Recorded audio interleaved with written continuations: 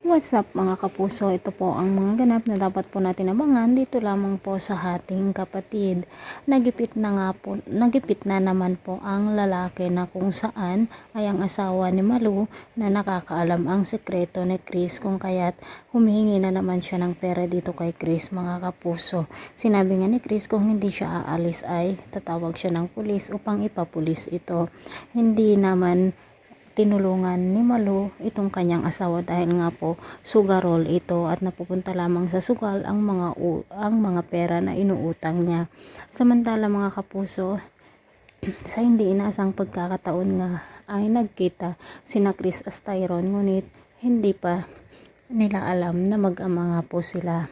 Nasabi na nga naman ni Rosel dito sa kanyang kaibigan na si Chris nga ang ama ni Tyrone. At nasabi na rin niya na si Tali ay hindi niya tunay na anak, kundi ampon lamang ito at hindi tunay na magkambal sina Tali at Tyrone. Samantala mga kapuso, kinidnap nga ng lalaki ang anak ni Chris at Bea na si Belle. Nakita nga ito ni Tyrone at agad niyang hinabol ang sasakyan mga kapuso at siya nga po ang magliligtas dito kay Belle. Nang makita nga muli ni Rosel itong si Belle ay sinabi nga niya na napakagaan ang loob niya dito at parang anak nga ang turing sa kanya o ang nararamdaman niya sa batang ito. Hindi talaga maiwasan ang lukso ng dugo mga kapuso. Hanggang kailan naman kaya may tatago ni Chris ang kanyang lihim?